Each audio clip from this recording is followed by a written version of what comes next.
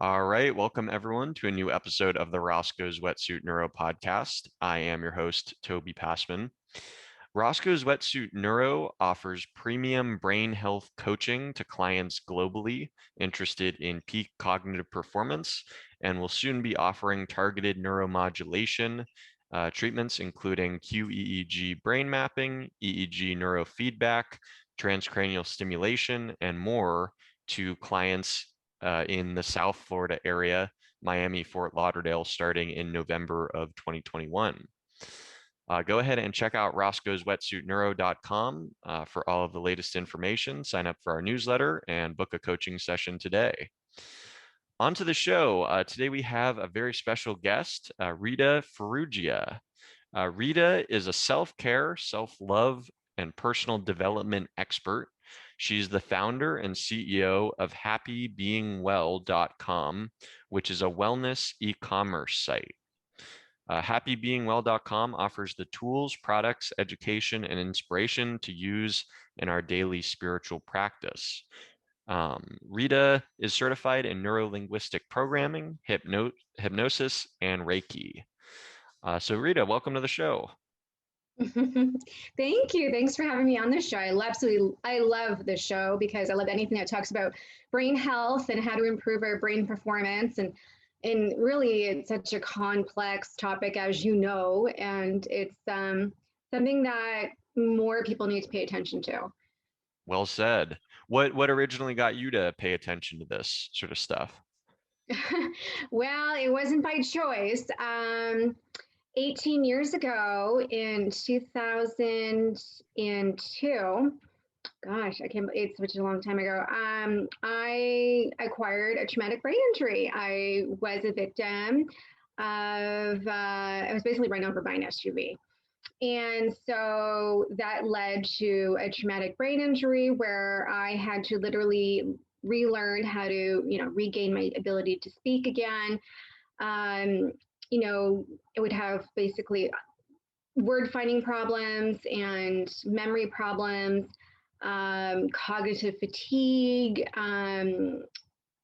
So that was a what and it allowed me to really, go deep into how our brain works, especially what happens to the brain when it's injured. And I would find ways to repair my cognitive faculties back.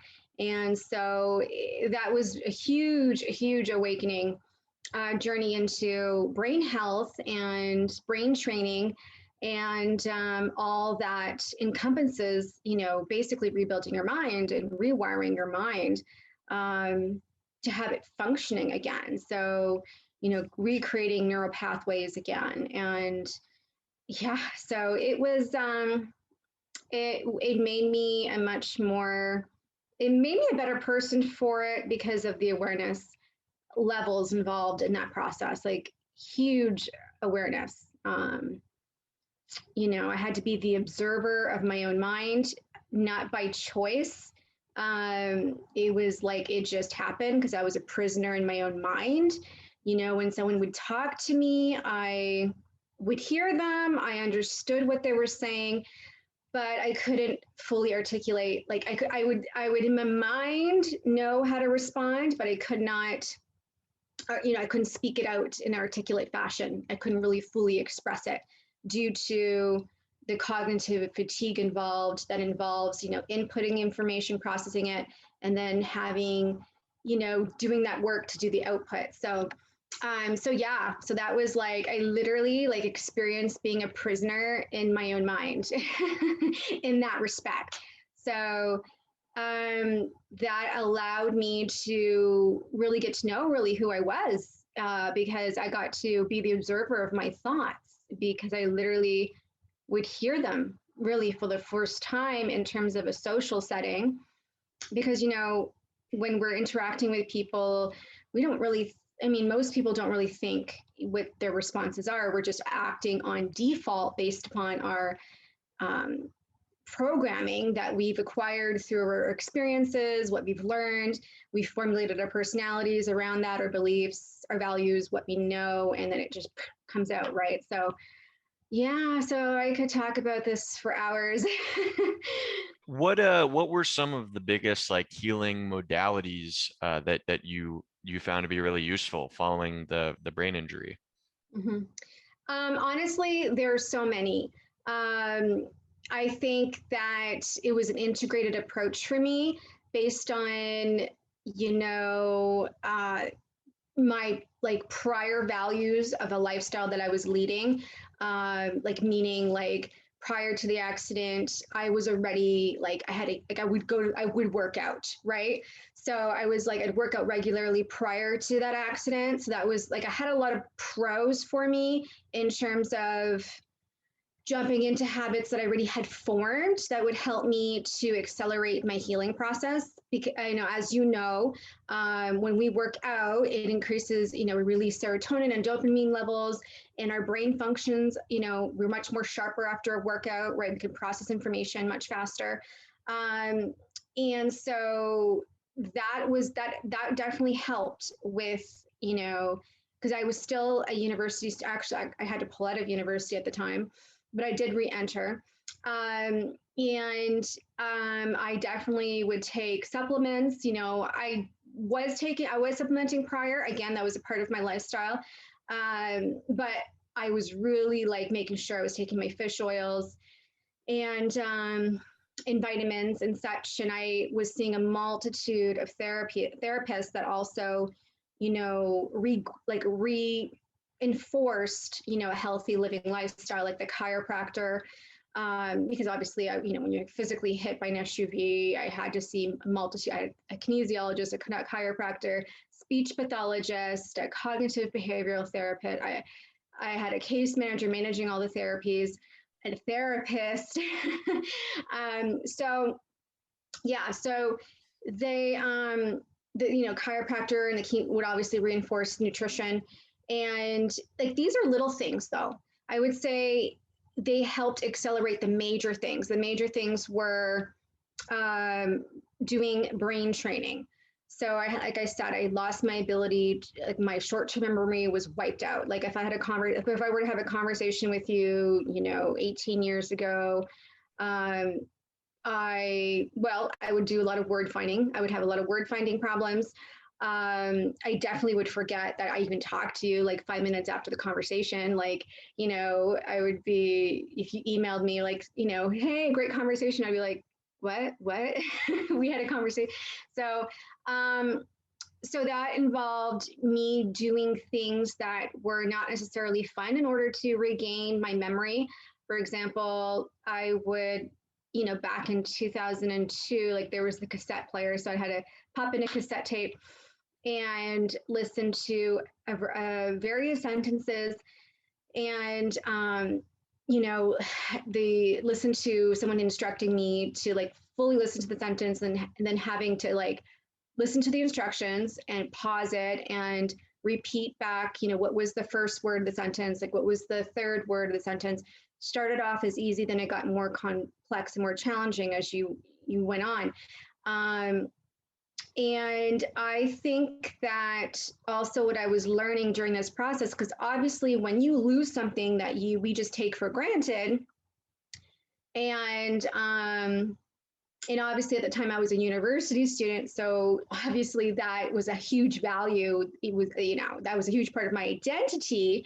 I was strong scholastically, so that was really a hard hit to my identity. So, the anger that comes and then the frustration that comes when you have to do these basic, training that we literally would take for granted. So I started to see how frustration was hindering my performance to regain my cognitive faculties, like because you get frustrated, you get mad, and you kind of want to give up, right? So I would start to learn how to master my emotions in order to keep going.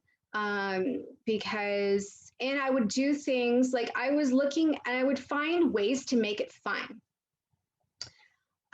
So I started recognizing that the things that they were having me do that, like literally like that example that I just gave, I mean, there's no meaning to, I obviously understand that in a way there is meaning because I'm rebuilding my memory. However, listening to a variety of sentences that literally have no meaning, like it's just randomly meaningless, and memorizing words and stuff. So I just started like, thought to myself, you know what, Rita, how about we create your own sentences and have them be affirmations?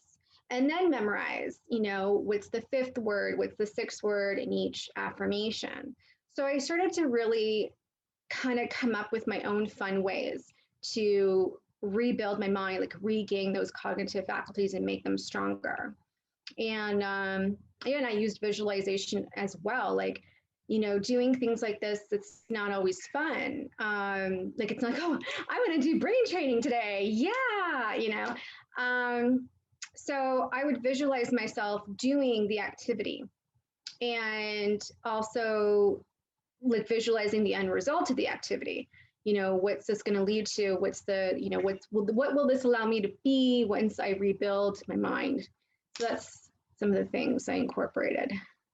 How long of a process do you feel like it was before you kind of started feeling, back to yourself? Or maybe that's not the best way to put it, because maybe there was no old self you were getting back to. You kind of created a new version of yourself. But I guess my question is, how long do you feel like it took to sort of regain your cognitive faculties following the injury? That's a good question. Honestly, I, you know, I really probably can't put an accurate timeline on it because it was it was a gradual process. Like, I mean, like once I had the injury, obviously everything is lost in terms of, my speech and memory and all that stuff. So I was bedridden for a number of months, and so it was, and then when I re-entered school, they recommended I only do one course, for per semester, and then for the first year, and then the second year do two, like a gradual um, build up. Um, but so it was, I honestly, it was really truly, I was improving every year. I would definitely improve. Like I would say, um, like prior to going back to school, I was social, I regained social activities, and that helped accelerate um, rebuilding my mind because even though I really couldn't fully participate in social conversations full out, being in that, even though it hurt to be in a social setting because it reminded me of my limitations, however, it made me aware of my limitations. And so it made me work harder to regain them as opposed to just sitting alone in isolation and not realizing the limitations of my social skills at the time. So I don't know. I would say if I would just look, I don't know, maybe like 3 to 5 years to fully regain, my cognitive faculties at 100%, I would say. Got it. Got I it. mean, I don't even know if it was 100%. Like, I think maybe it's still an ongoing process. Like, I don't know. That's a hard question to say. I don't know. Sure. Like, I would have to do brain scans or something. I don't know. I never did. I didn't follow through with brain scans or anything like that. So I Sure, don't know. sure. Well, tell me kind of the process then. So it sounds like you kind of had to go through your own journey of self healing and discovery. What I guess kind of what was the process of then sort of starting to work with other people and creating kind of your own practice? Oh, okay. So what you mean like working with in terms of Well, with and founding HappyBeingWell.com and kind of integrating, it sounds like a lot of these different like healing modalities. I think, as I mentioned, neuro-linguistic programming, hypnosis, reiki. What kind of made you want to formulate all those together into a company? yeah, great question. So as we know, like of course I got so intimate with brain health and rebuilding my own mind. So when a few years ago, what year was it? think it was like in 2011, no, or 20, I think it was 2011 or 2012, I got introduced to neuro-linguistic programming. And I was really fascinated by it. I never heard about it before. I've taken psychology courses in university. So then I took an intro to NLP, and they were just talking about, how we process information and really incorporating, it wasn't just focused on the mechanics, okay, of how our brain works. I was fully well versed of the mechanics. Actually, NLP, it doesn't really focus on the nitty gritty of mechanics like like we would in university, right? So it kind of infuses more of like combines, how our values and beliefs come into in effect. Our basically our psychology, like the programming that we develop and how we interpret or model the world, and how we can basically really reprogram ourselves by understanding how we get programmed and how we maintain that programming. So that's how I got into it. And so I ended up, going through all the way to NLP trainers training, which is the highest level of, being certified in neuro-linguistic programming.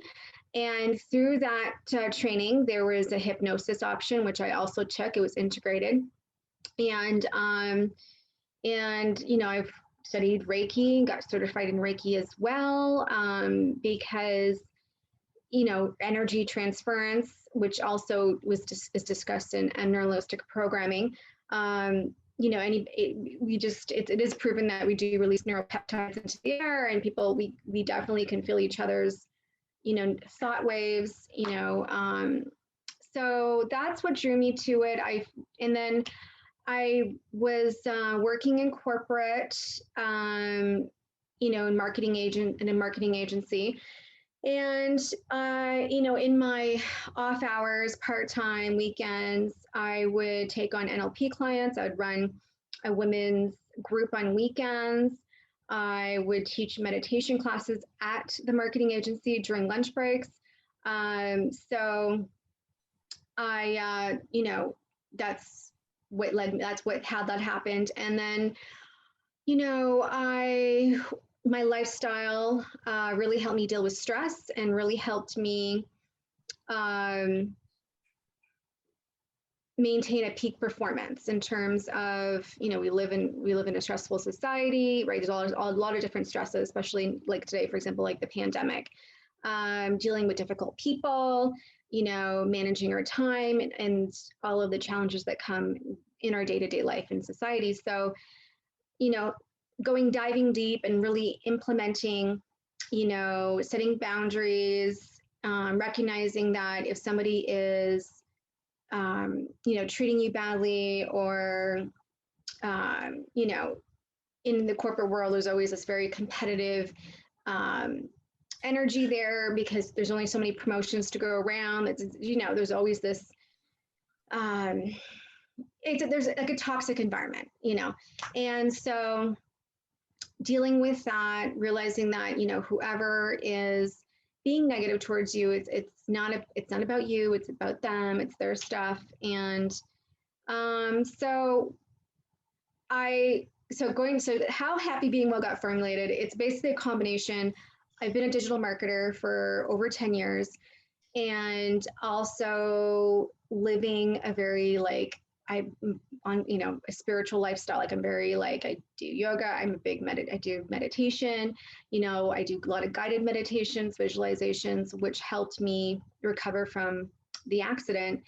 And so that's how I basically wanted to fuse my passion, my knowledge, and into Happy Being Well. So using my marketing skills to market a brand that's all about leading a healthy lifestyle, active lifestyle through, stylish, comfy yoga leggings, like athleisure wear leggings, and using crystals, how to use crystals, and because crystals are really healing. And for me, it amplifies my meditation, my visualization practices.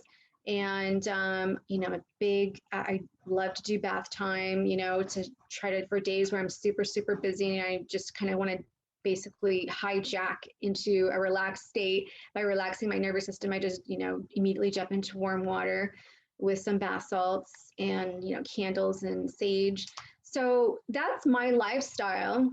And so that's what Happy Being Well is. It's basically products that support personal development and spiritual practices that help you, maintain a healthy lifestyle and basically, if you want to further progress in your career or your life in terms of pushing yourself and growing, well, as we know, like meditation and being active helps with that because our brains work better as a result. Did you find as like in digital marketing, like kind of were any of your colleagues interested in this sort of stuff? Like is it because it feels like, definitely a traditional sort of divide between, sort of like the business world versus all this kind of wellness space. But now Yeah. we're kind of seeing like a fusion, I feel like. But it seems like it might not have always been that way. Yeah. So one day I actually would buy, because there's, especially in a marketing agency, there's a lot of stress, right? Because you're managing all these clients and there's tight deadlines and everybody's, we're shifting gears all the time and it's very demanding because we're also competing with other marketing agencies for the campaign. So it's a very stressful environment at times. So, and to help my team, because the way my marketing agency was structured is that we would be in pods and, we were responsible for certain clients. So in a way, it was just kind of like a fun, competitive environment with the other pods. So one day, I decided to buy my team citrine crystals to help amplify our success. So I would bring them to my team members. Some thought it was really cool, and like they would hold the crystal, and they're like, "Yeah, I feel something. I feel like I'm more. This is cool. I can feel it." And then some people were laughing and like, "Yeah, okay. How about I like put it on my computer and like is it going to do the work for me?" Like they would make jokes about it. So it was, you do get people that are skeptical and like think, yeah, whatever, the crystal, type of thing. But in terms of aromatherapy, that's pretty widely accepted. Like we had, you know, aromatherapy, we had essential oils burning in the agency to help with our productivity and ease stress. Um, so that nobody was, had any problems with that. But I would run my meditation classes at lunch. And so people were iffy on that too. Like people would show up and some people would just not want to go, like woo meditation, like, so yeah, there definitely, I would say like a 50-50 divide in the agency about meditation and crystals. But people that would go, I mean, obviously people attended, just females and one male.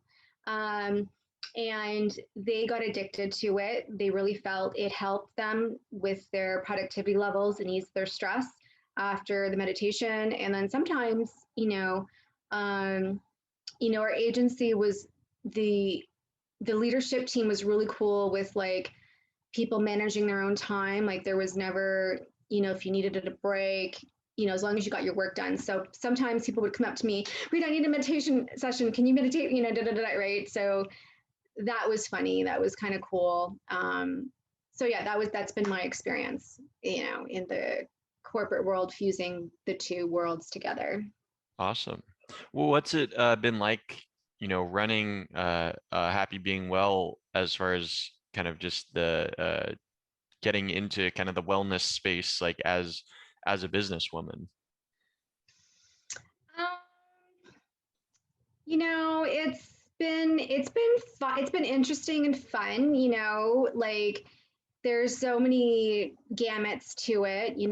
There's so many departments that you have to manage. Like there's the marketing end of it, there's the inventory end of it, right? Product managing product inventory, managing shipping, and marketing is a huge piece because, like, especially in today's world, there's doing offline marketing, online marketing. Um, And it's been fun. I mean, developing relationships with influencers, developing relationships with customers, developing relationships with partners and sponsors. And it's been fun. I mean, it's challenging because it's like, there's a lot of different, you know, areas that you're constantly having to manage and oversee and look. And, whereas prior to this, I was just the marketing girl, right? So, yeah, so it's been fun. And the fact is that my NLP comes in, and because it helps me deal with people better, right? Communication skills, in making sure that there's clear communication. Everybody's kind of clear on what results we want to achieve and the win-win scenario. And when you're negotiating deals, making sure that both parties are satisfied. That's very important to me. I would never want the other party to not really feel satisfied, because then it's a recipe for like a bad relationship or something being, maybe the relationship when it will end up being ended or whatever, especially like with anybody that's, working for me or whatever, it ends up, you want to make sure they're satisfied, because then they're going to be excited to, work on their projects, and so yeah, so that's where my NLP helps me in that respect, being fully cognizant of the other person's model of the world, to ensure that,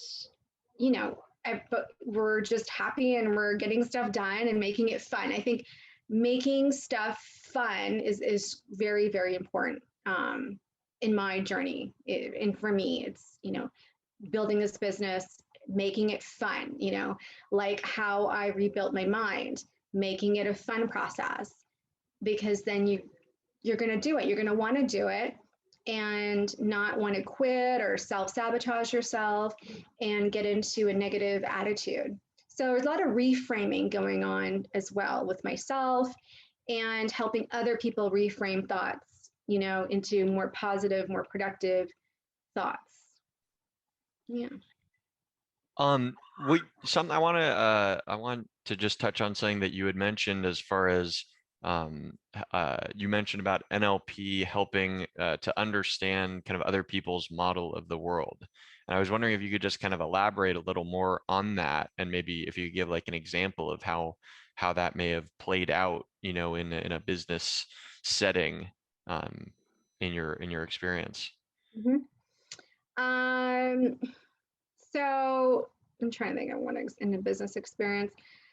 Okay, so basically trying to understand a person's model of the world is like, we all have different perspectives on things. Like, we all see a situation differently. We all view a certain type of person differently based upon our programming, like our past experiences, and how we interpret people in situations. It's always going to be different from person to person. For example, I was running an event with a colleague, a partner that, that we run events with, and we curate speakers. And so one of the speakers, her style, she's very bold and vivacious, I suppose. And my partner just, interpreted it as like, let's just call it a negative, like in a negative. She didn't really like the way her presentation style, because that's not the brand. If you want to label it as a brand, because these are people, the audience are people that, are part of her tribe, my tribe. So, but there, it's just not, it's really, in that situation, it's like, well, I just explained to her, like, she's interpreting that particular person in a negative way based upon her being bold and, loud. And I just interpret that that's just a certain personality style. And, that's how she expresses herself. And I didn't attach any type of judgment to it. However, this other person did. And so I would just explain to her, yeah, she's, just basically using their words too back at them sometimes. Like being a very good listener helps you in being an effective communicator, and reusing the words they use back to them, they will start to listen to you more because you're having that rapport with them. Those are their words, so they will listen to you more to absorb the message that you're trying to speak. And try to entering their model of the world is by asking questions, listening to how they're describing their grievance or the way they're viewing the situation. So I would say, yeah, she's pretty bold and she's, very loud.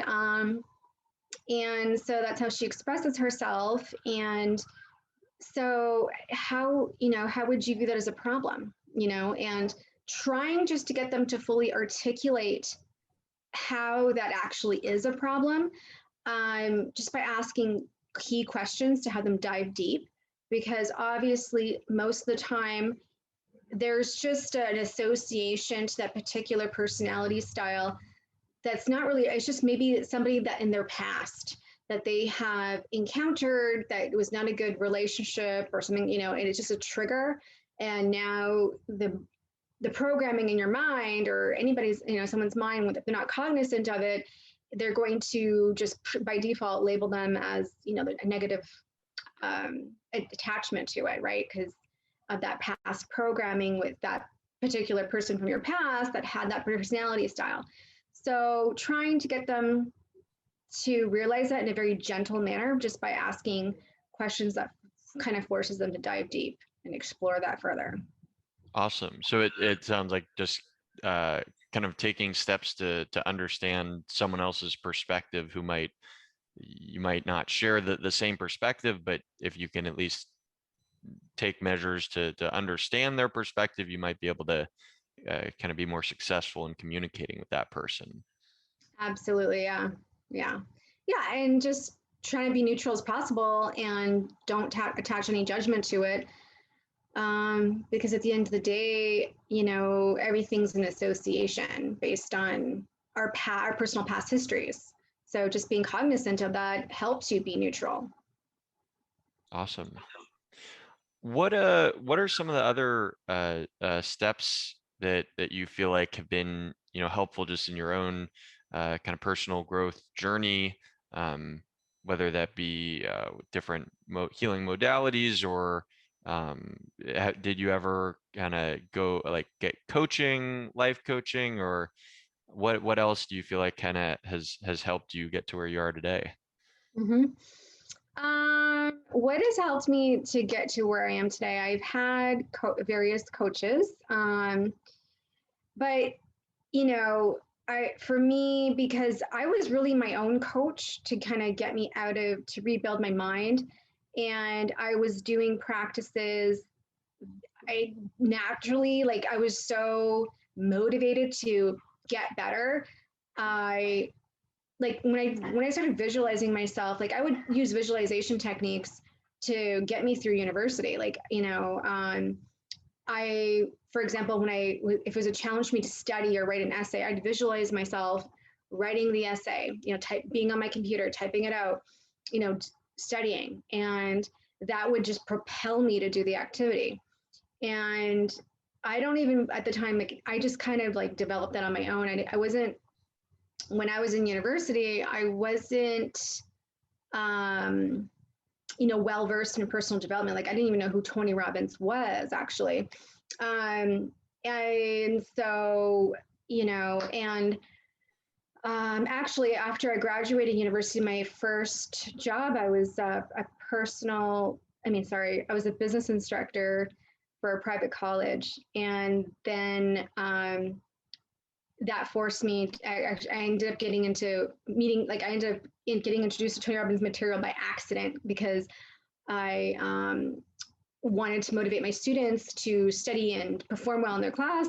So I noticed that there was a cultural deficit amongst my students, and they were never, they had most of them were from a low socioeconomic class, and they had these horrible, like they had really negative attitudes, and it was very difficult, so I figured, okay, how am I going to motivate, because my job was to motivate them, in order to, like, their marks were, a result of my performance. Like that's how I got, critiqued in my job, at the end of the school year. They would pull up my student reports. So I was like, okay, so it motivated me, like, what can I do to motivate my students to start studying more, to pull up their marks? So I started incorporating personal development into my classes. I went to the library and I started, at that time, there was video, like there's like videotapes and VCRs. And I would like rent personal development. I would go into the personal development section. And that's actually my first journey going into personal development. My first was after, recovering from my brain injury. So so healing for me, visualization. I am a big advocate of meditations. Journaling, helping processing my emotions, for the day, like helping. I do a lot of self-reflecting too. Like if I am any type of behavior that comes up for me that hinders my productivity, in relation to any type of project or anything like that, I stop and I'm like, okay, what is that about? You know what I mean? What kind of fear or limiting belief do I have around that? And I check myself. I'm always checking myself. And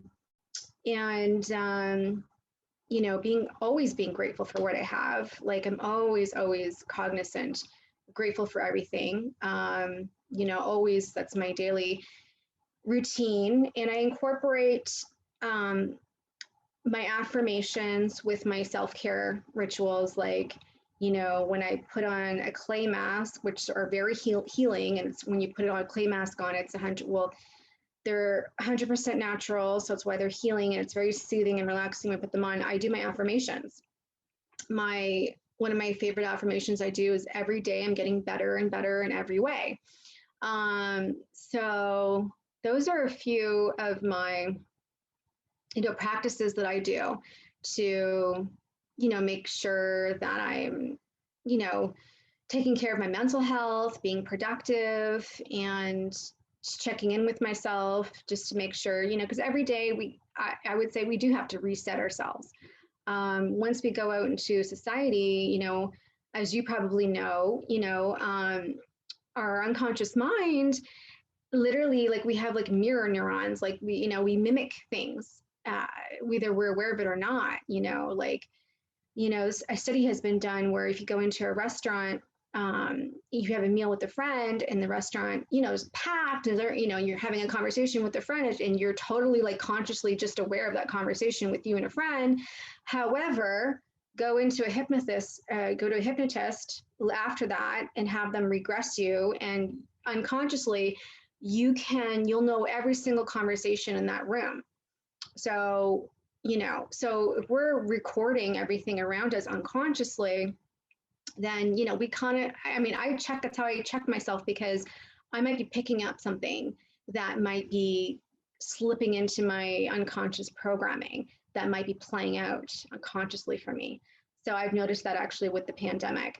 So certain limiting beliefs, because there are a lot of fear when the pandemic hit, was amplified like 100%. I would say for everybody.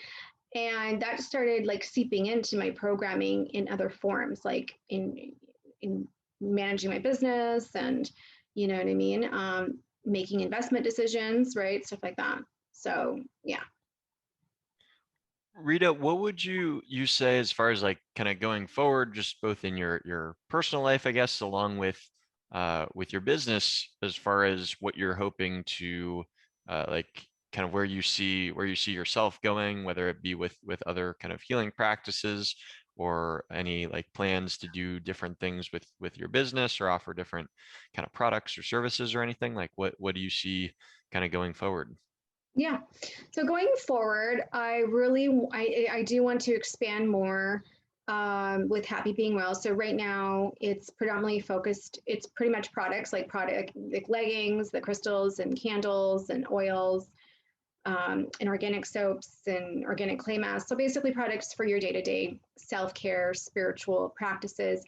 I want to expand further. Like the mission with it is I want to obviously, because right now it's really catered to people who know about these practices, right? Who are actually people can just buy crystals because they already know the benefits in them and stuff like that. Like they're already propelled to practice, certain practices to amplify their life, to amplify, joy and happiness and eliminate stress and anxiety.